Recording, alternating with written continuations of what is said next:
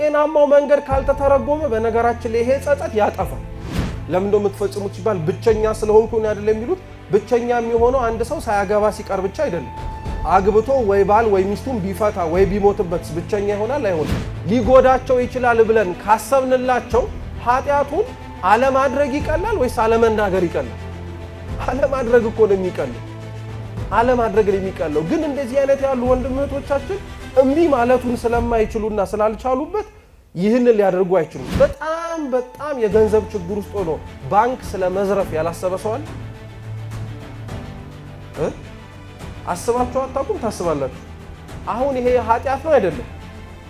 ግን ኃጢአት ቢሆንም ያላደረጋችሁት ኃጢአት ስለሆነ አፍራችሁ ነው ወይስ ምን ስላነሳችሁ? አቅም ቢኖረን ኖሮ እንዳሰብነው የት እንገኝ ነበር? እዛው ባንክ ውስጥ ምን እየቆጠረ ገንዘብ። እየሰማችሁ ነው? እንደዚህ ሁሉ ተመሳሳይ ነው በግብረ አውና ነው። አንዳንድ ኃጢአቶችን እምቢ ማለት መቻላችን ራሳችንን መጠየቅ አለብን። ለምንድን ነው ይሄንን ኃጢአት እምቢ ያልኩት? አቅቶኝ ነው ወይስ ኃጢአቱን ጠልቼው ነው ማለት አለብን። እውነት ግብረ አውናንስ አንዳንዶቻችን ጠልተን ሆኖ ማናረገው ወይስ ደግሞ ይሄ ምንድነው አቅም እንደሌለን አውቀን? ጸጸት ይሰማቸዋል። የሚሰማቸው ጸጸት ምንድነው? ለምን ይሄን አደረኩት ይላሉ። አንዴ ሲያረጉት የሚሰማቸው ደስታ ሊኖር ይችላል።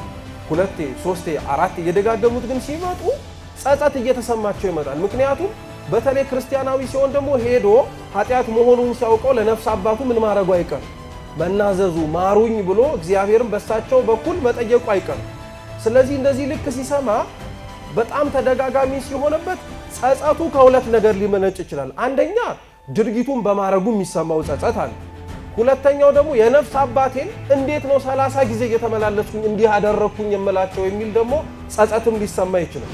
ከሀፍረቱ በኋላ ምን ይመጣል? ደግሞ መጸየፍ ይመጣል። አሁን ለምሳሌ በውስጣችን ሆነው የምናጣጥማቸው ከሰውነታችን ከወጡ በኋላ ግን የምንጸየፋቸው ብዙ ነገሮች አሉ። ለምሳሌ ምራቅ። ምራቃውን አፋችሁ ውስጥ እያለ ብዙ ምናምን ትላላችሁ፣ መልሱ ስተፉትስ ኧረ በስመ አብ ምናምን እንላለን። ግን ያው የተተፋው ምራቅ ነው የት ውስጥ የነበረው። ዘርም ከማፍሰስህ ወይንም ደግሞ ዘርም ከመፍሰሱ በፊት አስቀድሞ የት ውስጥ ነበር? አንተ ውስጥ እያለ የተከበረ ነበረ። ቦታ ተመርጦ ሊቀመጥ የሚችል ነገር ስለነበረ ማለት ነው። ልክ ከወጣ በኋላ ግን ያወጣበትና ያረፈበት ቦታ ተገቢው ካልሆነ ግን የሚሰማው ምንድን ነው? ጸጸት፣ ከዛ በኋላ አፍረት ነው። ከዛ ትጸየፈዋለህ ራሱኑ ማለት ነው። ራሱኑ መጸየፍ ደረጃ ይመጣል። ይሄ ድርጊቱ ብቻ አይደለም መጸየፍ ብሎ የሚያቆመው። ከመጸየፍ ባለፈ ከፍ ብሎ ራሱንም ይሄ እንደዚህ አይነት ወንድም እህቶቻችን ይጸየፋሉ ራሳቸው።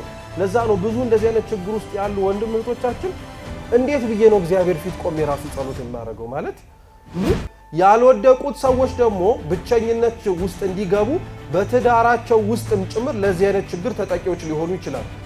ስለዚህ ይሄ ችግር ልክ እንደ ጉንፋን ብታስቡት በጣም ወረሽኝ ነው። ነገር ግን ብዙዎቻችን ወደ ብርሃኑ አውጥተን ለመነጋገር ስለማንደፍር አንደኛ፣ ሁለተኛ ደግሞ ብዙ የምንሰማው ሰዎች ደግሞ ለጆሮአችን ስለሚሰቀጥጥ ሊያውም ኃጢአት ውስጥ እያለን ማለት ነው።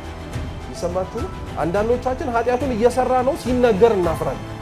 እውነት እንነጋገር ከተባለ ለነፍስ አባቶቻችን የምንናዘዘው ኃጢአት ሊጎዳቸው ይችላል ብለን ካሰብንላቸው ኃጢአቱን አለማድረግ ይቀላል ወይስ አለመናገር ይቀላል? አለማድረግ እኮ ነው የሚቀለው። አለማድረግ ነው የሚቀለው። ግን እንደዚህ አይነት ያሉ ወንድም እህቶቻችን እምቢ ማለቱን ስለማይችሉና ስላልቻሉበት ይህንን ሊያደርጉ አይችሉም። ሚስት ወይ ከባል ያጣውን ነገር ከሌላ ሰው ለማግኘት ነው። ለምሳሌ በሚስት ተክለሰውነት በባል ተክለሰውነት ላይ ያጣውን ነገር አለው ብሎ በሚያስበው ሰው ውስጥ በመናቡ ውስጥ በመሳልና ደስታ ስሜት ውስጥ በመግባት ሊያደርገው ይችላል። ለዛ ነው በጣም የሚደንቃችሁ ክርስቲያኖች አንዳንድ ባለትዳሮች ከባል ከሚስት ሚስት ከባል አብረው እያደሩ ግን አብረዋቸው የማያድሩ አሉ። በህሊናቸው ከሚስታቸው ጋር ሳይሆን ቅድም ካዩት ከሴትየዋ ጋር አብሬ ዝሙት እየፈጸምኩኝ ነው፣ አብሬ ከሷ ጋር ነው እያደርኩኝ እያለ የህሊና ቁስልና ጠባሳ ኃጢአት ያለባቸው ማለት ነው። እንዲህ ከመሆን እግዚአብሔር ይሰውረን። በጣም አደገኛ የሆኑ ነገሮች ናቸው በነገራችን። ስለዚህ በዚህ ምክንያት ሰው ትዳሩን ሊያፈርስበት ይችላል፣ እነዚህን ምስሎች ማየቱ ማለት ነው። ሁለተኛው እነዚህን ምስሎች ማየቱ ደግሞ ክፋቱ ምንድነው ስትባሉ በሚስቱ ወዶ ፈቅዶ ባገባት ደስታ ይሰማው። ምክንያቱም የተሻለ ሰው እንዳለ ማመን ብቻ አይደለም ፈቅዶ ወዶ ሄዷልም ጭምር። ስለዚህ ሚስቱን ሲያያት ሊያያት የሚፈልገው ስለ ቤቷ ስለ ሰውነቷ ወይም ሚስት ባሏን ስታየው ስለ ቤቱ ስለ ሰውነቱ የከፈለውን ዋጋ ያዩ ከመደነቅና በፍጹም ቸርነት ውስጥ ተመልክተው ይህ ሁሉ የሆነው ለኔ ነው ከማለት ይልቅ ይሄ ሁሉ ምን ያደርጋል ንጹህ የሆነ ሰውነት ነው እንጂ የሚያስፈልገው ወደሚል የመሸሽ የመጥላት አይነት ስሜት ውስጥ እንዲገቡ ምክንያት ይሆናቸዋል።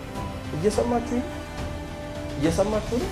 በነገራችን ላይ ይሄን ትምህርት ለመማርና እንዲህ ለመስማት ማግባት አይጠበቅባት። እየሰማችሁ ነው። ብዙ ትምህርቶችን እንዲህ ያደረግን ተሞኝተናል። ለምሳሌ ስለ ምንኩስና ስንማር ካልመነኮስ ምን ያገባኛል ብለን የተውነው ብዙ ትምህርት አለ። ስለ ትዳር ስንማር እኔ አላገባም ብለን የተውነው አለ። እንዲህ አይነት ችግሮችም ስንሰማ እኔ ውስጥ ከሌለ መስማቱ ምን ያደርግልኛል የሚልም ሰው ስላለ ግን ሁላችንም የችግሩ ተጠቂ አንሁን እንጂ ችግሩ ውስጥ ያሉ ሰዎችን ግን በሩቅም በቅርብም እናውቃለን፣ እንሰማለን፣ አጠገባችንም ጭምር ሊሆኑ ይችላሉ። ካልሆነ እኛም ተጠቂዎችን አንድ ሰው በጣም አሁን እንደውም ጥሩ ነው። ዛሬ የፍስክ ቀን ነው። በደንብ አድርጋችሁ ዛሬ የምትወዱትን ምግብ አሰባችሁ የምትወዱትን ምግብ ጥሩ። እሱን ምግብ ስትበሉት የሚሰማችሁ ስሜት ምንድን ነው? አትካፉም። የምትወዱት ምግብ እኮ ምንድን ነው የሚሰማችሁ? ደስታ። በጣም ጥሩ። ደግሞ ነገ ረቡዕ ከሰዓት ቅዳሴ ለማስቀደስ ሄዳችሁና ያለምንም ረብሻ ያለምንም ሐሳባችሁ ሳይበተን አስቀድሳችሁ ወጣችሁ። እንደዚህ በተረጋጋ ስሜት አስቀድሳችሁን ስትወጡ የሚሰማችሁ ስሜት ምንድን ነው? እንዴት ስታስቀድስ የሚሰማ የደስታ ስሜት የሆነ ስጋዊ ምግብን በልተ ተመሳሳይ ስሜት እንዴት ሊሆን ይችላል? አያችሁት? ቃላቶቹን ለመጠቀም ከምንፈልግባቸው መንገዶች አጠቃቀማችንም ከመሳሳቱ ነው እንጂ በመንፈሳዊ ነገሮች የምናገኛቸው ነገሮች ናቸው ደስታ እየተባሉ ሊጠሩ ይችላሉ። ከዛ ውጪ ግን ያሉት ነገሮች ስሜት ነው የሚባሉ። ምክንያቱም የምትወዱትን ምግብ ዛሬ በልታችሁት እንደተደሰታችሁት በጣም ብትበሉት ታውት መታመሙን አያንገሸግሻችሁ። በቃ አሁን ለምሳሌ በዓለ ሃምሳ ጥሩ ምሳሌ ነው። እንደዛ ጾመን አንዴ ብቻ ይፈታል። ከሳምንት የዘለቀ የስጋ ግንኙነት አይኖርም። ልክ ከሳምንት በኋላ ምን አምጡልኝ ማለት ትጀምራለች። ሽሮ ትላላችሁ። ስለዚህ በጣም የሆነ ነገር ስትደጋግሙት ምን ያደርጋል ማለት ነው? ይሰለቻል ማለት ነው። ስለዚህ የምግቡን ደጋግማችሁት ሊሰለቻችሁ የሚሰማችሁን ስሜት እንዴት በቅዳሴ ውስጥ ካለው ከሚሰማው ደስታ ጋር አንድ አይነት ሊሆን ይችላል? ይሄንን ያነሳውላችሁ ለምንድን ነው? አንዳንዶቻችን በእንደዚህ አይነት ችግር ውስጥና ድካም ውስጥ ያለን ሰዎች ሊሰማን የሚችለው ስሜት ደስታ ስለሚሰማን ነው የምናደርገው ካልን እንዴትስ እንደዚህ አይነቱን ሰው ልናክመው እንችላለን? ደስታውን ልነጥቀው አንችልም አይደል? እያደረገው ያለው ነገር እኮ ደስታ የሚያመጣ ነገር ነው ብሎ ያስበው እንጂ እውነተኛ ደስታ የሚያመጣ ነገር ነው አይደለም። ስለዚህ ደስታ ስለተሰማው አደርገዋለሁ ማለቱ ደስ ስላለ ቀጥልበት የምንለው ነገር እንዳልሆነ ማወቅ አለብን።